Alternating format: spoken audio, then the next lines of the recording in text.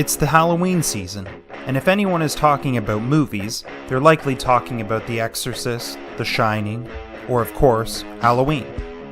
The one film they're not talking about is Odd Thomas, and considering who we are, you can bet your ass we're going to talk about it.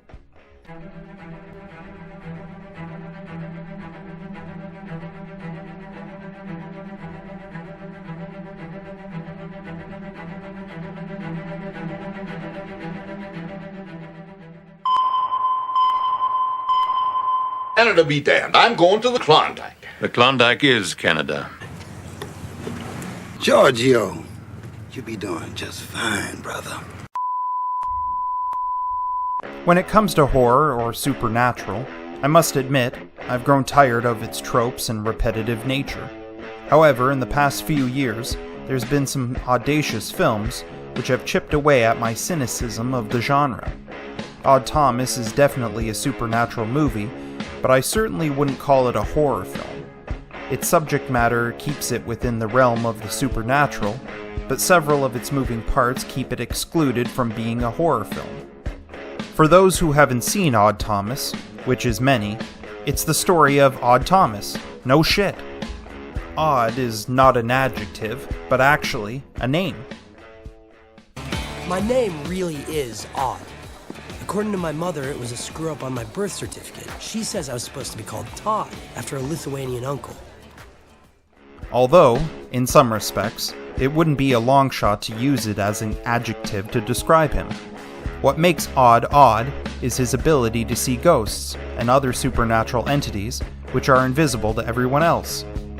Typically, he uses his abilities to help the local law enforcement of Pico Mundo, California, in any cases that involve a body, or from his perspective, a ghost.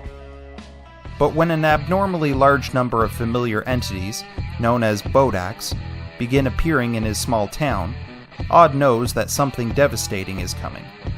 With the help of his girlfriend and the chief of police, Odd begins an investigation into what evil lurks just over the horizon. Perhaps this sounds like it's entering the horror territory, but its occasional light-hearted moments and its appeal to get your brain racing instead of your heart makes it more of a thriller than anything else. The plot's investment and treatment as a genuine mystery has you scratching your head more than clutching your pearls. Its ever-evolving plot is engaging and for the most part unpredictable and surprising. And furthermore, its overall tone and cinematography with bright colors makes it difficult to put you in the scaring mood. That's Tom Jed. He was my Little League coach. Been hanging around Tire World for years. Although, I don't know why. His death was not caused by a defective tire. Such a beautiful girl!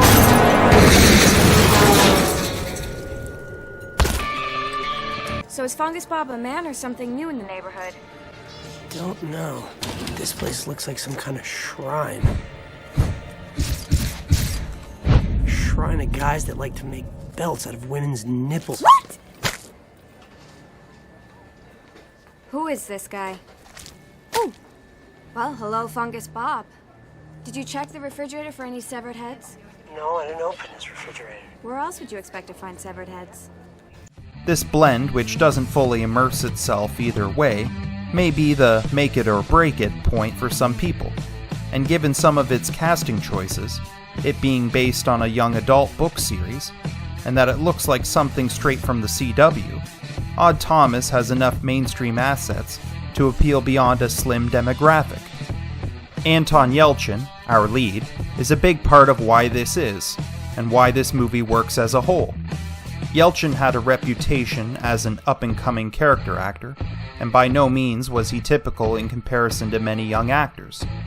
Unfortunately, he died at a young age and extinguished a very promising future in cinema.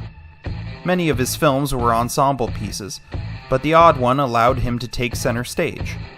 When he did, like in the case of Odd Thomas, he flourished. For example, in Odd Thomas, Yelchin's range is quite extensive. Most of the time he's inquisitive and puzzled, trying to keep up with the events of the mystery.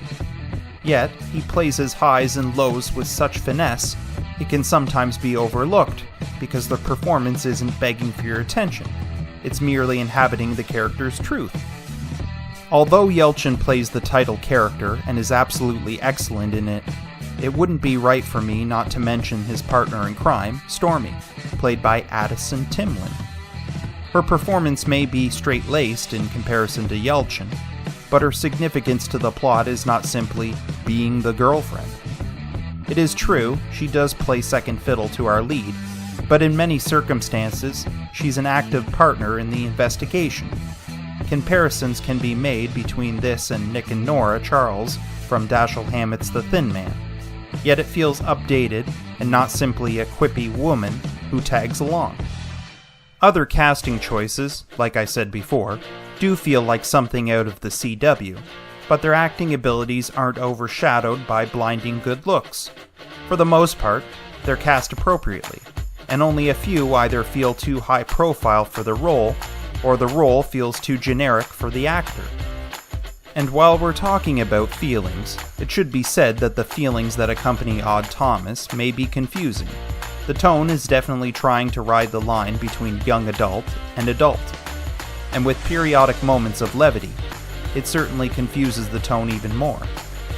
Nevertheless, those tonal shifts don't inhibit the film's enjoyment, because they work with the characters, rather than being pigeonholed into breaking up long-winded scenes which bring you down.